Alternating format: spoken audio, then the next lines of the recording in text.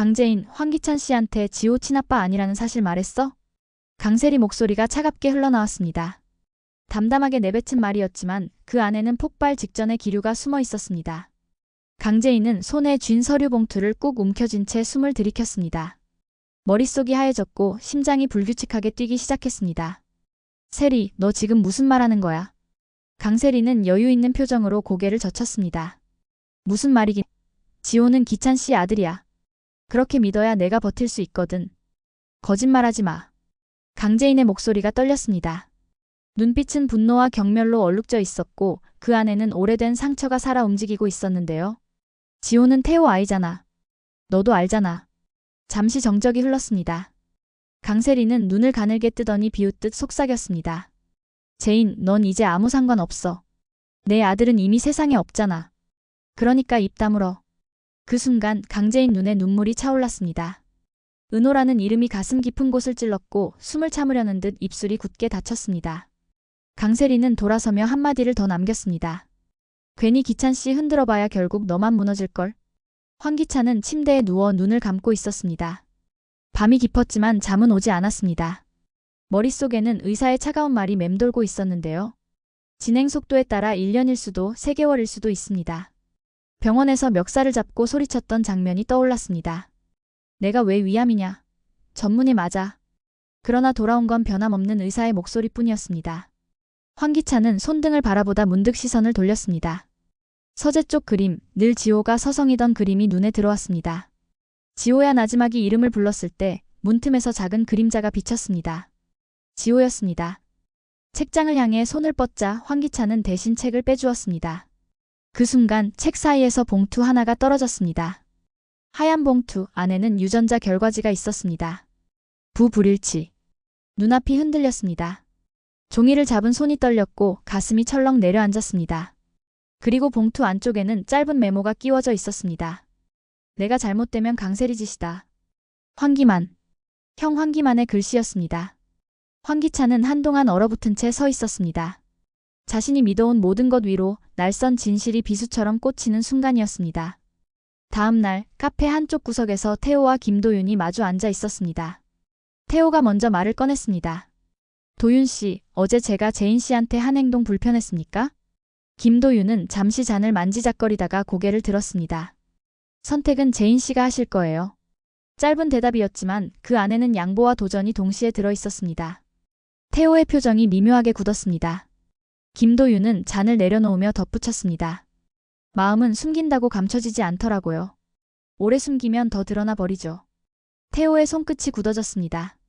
정중함과 예의 뒤에 숨은 자신의 진심이 갑자기 부끄럽게 느껴졌습니다. 그 무렵 강재인 집 앞에는 발신자가 없는 상자가 놓여 있었습니다.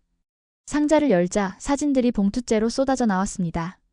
어둠 속에서 찍힌 흐릿한 인물, 번호판조차 의도적으로 가려진 자동차, 불길한 그림자.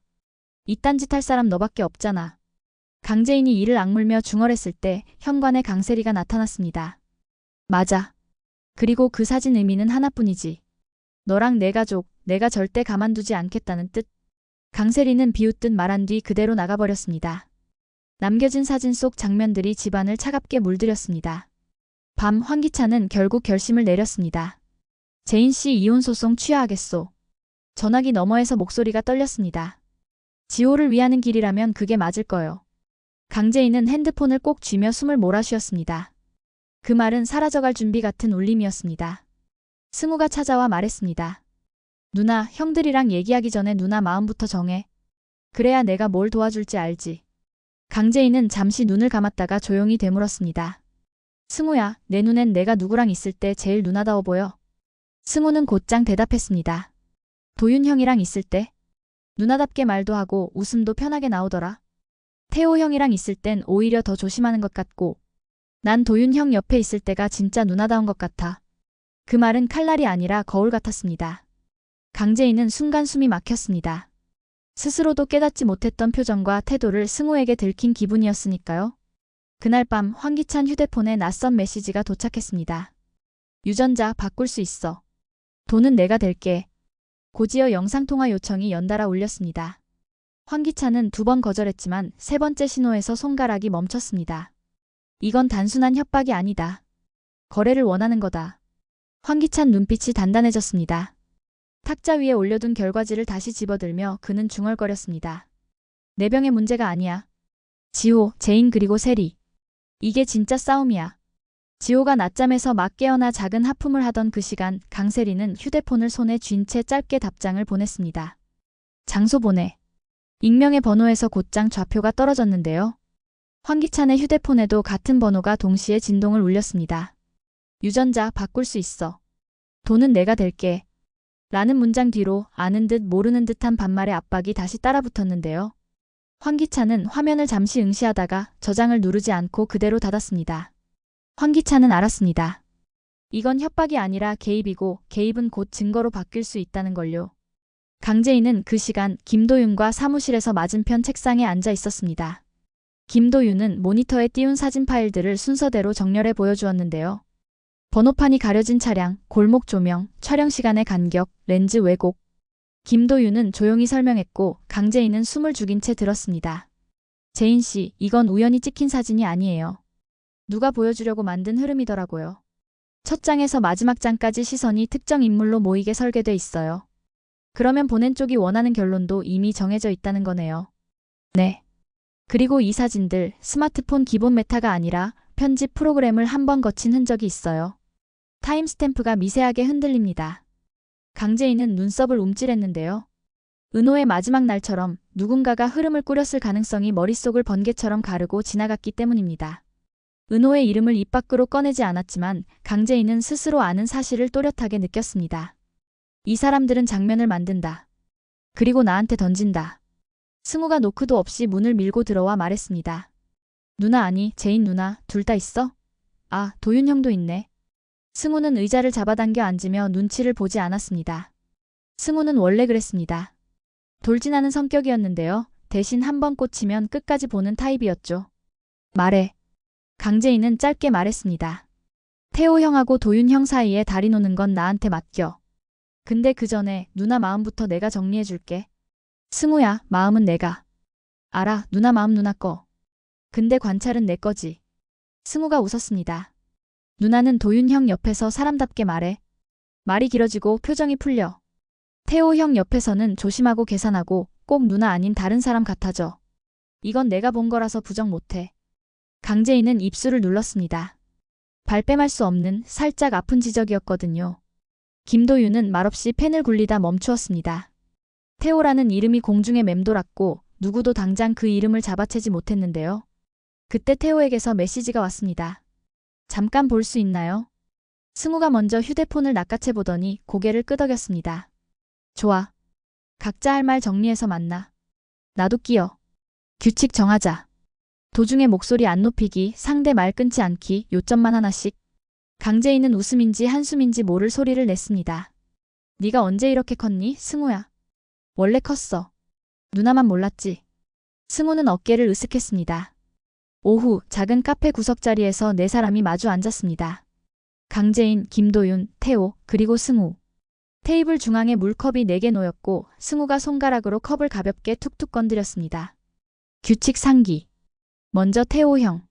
태호는 깊게 숨을 들이마시고 강재인을 보았습니다. 재인 씨, 나는 재인 씨하고 있었던 그 시간들을 가볍게 생각하지 않습니다. 다만 지금 내가 서 있는 자리가 재인 씨를 지키는 자리인지 내 과거를 복구하려는 자리인지 스스로 자꾸 헷갈리더군요. 강재인은 순간 눈을 들었습니다. 태호가 처음으로 스스로를 의심하는 문장을 꺼냈다는 사실이 의외였거든요. 태호는 이어서 말했습니다. 그래서 재인 씨가 선택하면 그 선택을 흔들지 않겠습니다. 내가 선택을 강요하지 않겠다는 뜻이에요. 승우가 고개를 끄덕이며 시선을 김도윤에게 돌렸습니다. 김도윤은 단정한 어조로 말했습니다. 저도 선택을 요구할 생각은 없습니다. 다만 지금의 강재인 씨가 자기 목소리를 낼 수 있도록 옆자리를 비워두고 싶습니다. 저는 그게 옳다고 생각하거든요. 짧은 문장이었지만 칼날이 아니라 자리를 내주는 말이었는데요. 강재인은 그 차이를 정확히 느꼈습니다. 승우가 마지막으로 강재인을 보았습니다. 누나 차례. 강재인은 물컵을 들어 한 모금 마셨습니다. 나는 나한테 진실을 묻는 사람 옆에 서겠어요. 누가 내게 무엇을 선택하라가 아니라 무엇이 사실이냐고 묻는 사람. 지금은 그게 필요해요. 태호와 김도윤이 동시에 조용히 고개를 끄덕였는데요. 승우가 작게 박수를 쳤습니다. 좋다. 그럼 우린 조사팀이야. 사진의 출처부터 잡자. 회의가 끝나갈 무렵 김도윤 휴대폰이 떨렸습니다. 화면에 뜬 번호는 숨겨져 있었는데요. 익숙한 패턴의 스팸과는 달랐고 망설이다가 받았습니다. 말해. 낮은 남성의 목소리였습니다. 누구십니까? 사진 더 필요하지? 김도윤이 얼굴을 들었습니다. 당신이 보낸 겁니까? 확인하고 싶으면 오늘 밤. 좌표는 목소리는 끊겼고 문자로 도착한 좌표는 낡은 컨테이너 창고였습니다. 승우가 옆에서 이미 지도를 띄우며 웃었습니다. 좋아, 놀이하자. 그 시각 강세리는 다른 좌표로 움직이고 있었습니다. 불법 개조와 뒷거래 소문이 오르내리는 한 병원 근처의 작업실, 오래된 간판에 약자의 스티커가 덕지덕지 붙은 곳이었는데요. 문을 열자마자 화학약품 냄새가 코를 찔렀습니다. 책상 뒤에 앉은 남자가 천천히 고개를 들었습니다. 돈은? 강세리는 봉투를 내려놓았습니다. 원본을 바꾸라는 게 아니야. 사본의 신뢰도를 높여. 법정에서 흔들리지 않게. 남자는 비웃었습니다. 법정은 요즘 시스템이 빡빡해. 그래서 내가 필요하지. 강세리는 한치도 물러서지 않았습니다. 정리해서 보내. 맞춰줄 테니까. 남자는 봉투를 열어보고 커다란 지폐들을 한 장 한 장 세었습니다. 너 이런 일 처음 아니지? 처음일 리가 없잖아. 강세리는 짧게 웃었습니다. 그러나 그 웃음 뒤에는 미세한 떨림이 숨어 있었는데요. 환기만의 메모가 머릿속에서 지워지지 않았습니다. 내가 잘못되면 강세리 짓이다. 그 글씨체, 그 문장의 온도, 그 완고한 의심. 강세리는 스스로를 다독였습니다. 메모는 증거가 아니야. 결과가 진실이 되는 거야. 밤이 내려앉았고 창고 근처에선 바람이 철판을 긁었습니다. 승우가 가장 먼저 도착해 차량을 어둠 속에 묻었습니다. 곧 태호와 김도윤, 그리고 조금 늦게 강재인이 합류했습니다. 승우가 짧게 작전처럼 말했습니다. 확인만 하고 나온다. 아무도 먼저 싸우지 마. 꼬리만 잡아. 태호가 고개를 끄덕였고 김도윤은 조용히 손전등을 체크했습니다. 강재인은 입술을 눌렀습니다. 은호의 얼굴이 스치듯 지나갔지만 강재인은 그 이름을 되뇌지 않았습니다. 지금은 감정이 아니라 진실이 우선이었습니다. 문틈 사이로 들어간 순간 누군가가 이미 기다리고 있었습니다. 얼굴 절반을 모자와 마스크로 가린 젊은 남자, 어색한 손짓으로 종이봉투 하나를 내밀었습니다. 이거 원본 일부. 김도윤이 조심스레 받았습니다. 봉투 안에는 검체 접수 기록의 사본, 그리고 시료 이동 로그가 들어있었는데요. 예상과 달리 서명은 익숙한 이름이 아니었습니다. 낯선 이니셜, 낯선 날짜. 다만 이동 로그에서 2번의 공백이 발견되었습니다. 쉴 새 없이 이어져야 할 시간대가 40분씩 통째로 비어 있었는데요. 중간에 빠졌네. 승우가 속삭였습니다. 남자는 손을 내저었습니다. 난 여기까지. 더 알면 다친다. 누가 너를 보냈는데? 김도윤이 물었습니다. 남자는 대답하지 않고 문을 쿵 닫고 사라졌습니다. 밖으로 나왔을 때 골목 입구에 검은 세단 2대가 서 있었습니다. 동시에 문이 열렸고 낯익은 실루엣이 어둠에서 걸어 나왔는데요. 강세리였습니다. 강세리는 한 발자국도 서두르지 않고 다가왔습니다. 밤에 산책들 하네. 승우가 한 발 앞으로 나서려 하자 김도윤이 팔을 잡았습니다. 규칙을 먼저 떠올렸기 때문인데요. 태호는 말없이 강세리를 보았습니다. 강세리는 시선을 강재인에게 고정했습니다. 재인, 넌 늘 정확했지만 이번엔 틀렸어. 난 증거로 말해. 감정은 당신이 가져. 강재인은 한치도 물러서지 않았습니다. 네가 바꾸는 건 증거가 아니라 결과야. 결과는 움직여도 진실은 제자리로 돌아와. 강세리의 미소가 아주 잠깐 흔들렸습니다. 그러나 곧 다시 단단해졌습니다. 그 제자리에 네가 서 있을 수 있을까? 공기가 모래처럼 거칠어졌습니다. 그때 승우의 휴대폰이 짧게 떨렸습니다. 발신자 황기찬. 메시지는 단 한 줄이었습니다. 검사, 내가 다시 하겠다. 직접 채취, 직접 보관, 직접 제출. 승우가 모두에게 화면을 보여주자 태호와 김도윤, 강재인은 동시에 고개를 들었습니다. 이건 단순한 선언이 아니라 절차 통제를 통한 반격이었는데요. 강세리가 한 걸음 내딛었습니다. 기찬 씨 몸 상태로? 농담하지 마. 그 말이 끝나기도 전에 2번째 메시지가 도착했습니다. 이번에는 병원의 담당 전문의가 보낸 것이었고 짧은 확인 문구가 붙어 있었는데요. 환자 요청에 따라 검체 채취 및 이중 봉인 절차 진행 예정. 보호자 및 대리인 참여 제한. 강세리 얼굴이 순식간에 굳었습니다. 누가 그렇게 승인? 문자 하단에 작은 이니셜이 박혀 있었습니다. HM. 황기만. 생전에 병원 재단과 얽혀있던 형의 서명권이 남아있었던 겁니다. 황기찬은 형의 마지막 흔적을 자신에게로 끌어와 절차 자체를 안전지대로 바꾸고 있었는데요. 그 순간 어둠 끝에서 누군가의 그림자가 또 움직였습니다. 검은 세단의 반대편 낡은 가로등 아래에서 담배 불빛이 짧게 깜빡였다 사라졌습니다.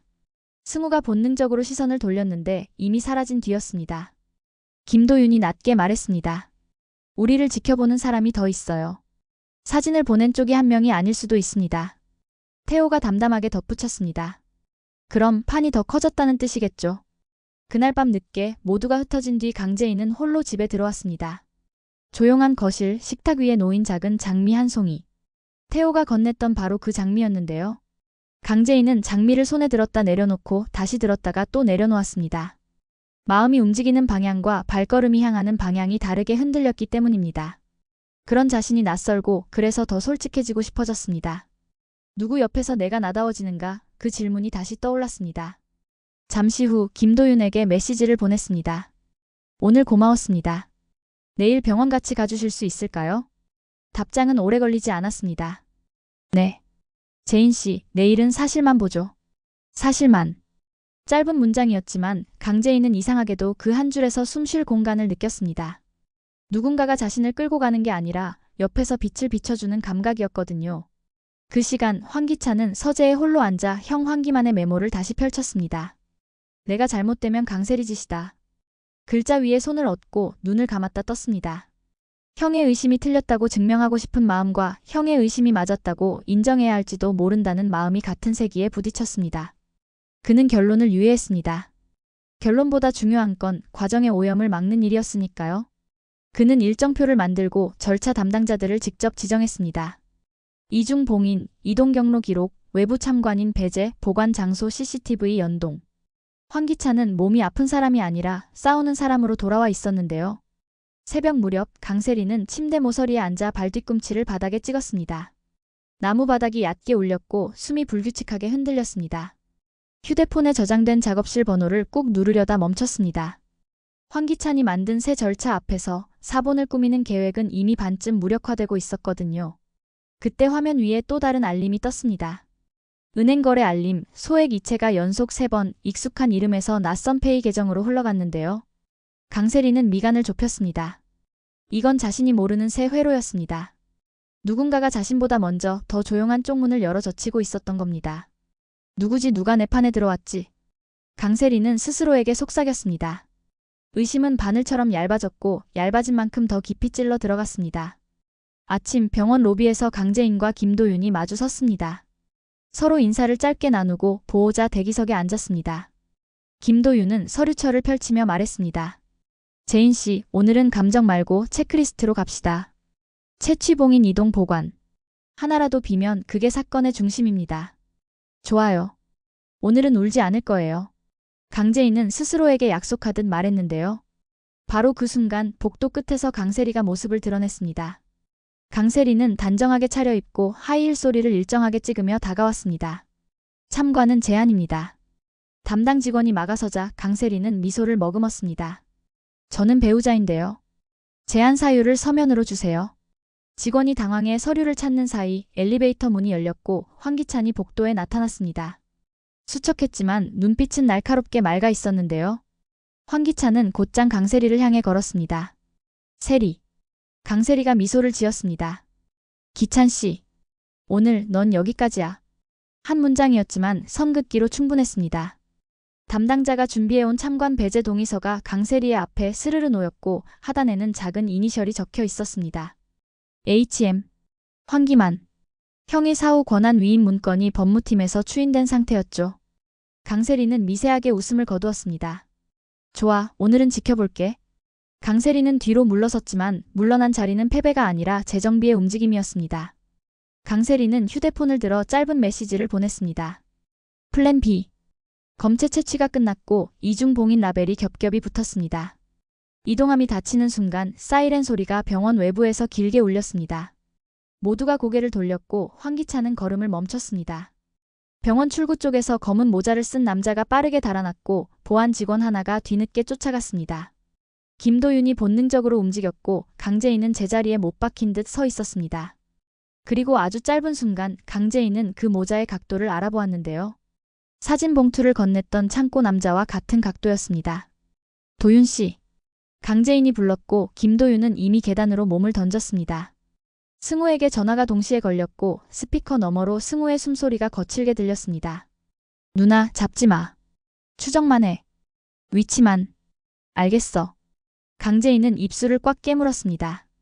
쫓아가고 싶은 마음과 지켜야 하는 절차가 정면으로 부딪혔고 강재인은 절차 쪽에 몸을 던졌습니다. 이동함 앞에서 손을 펼치고 서서 스스로를 말로 붙들었습니다. 움직이면 안 돼. 오늘은 울면 안 돼. 오늘은 사실만. 복도 끝에서 황기찬이 천천히 다가왔습니다. 얼굴은 창백했지만 걸음은 흔들리지 않았습니다. 재인 씨. 네.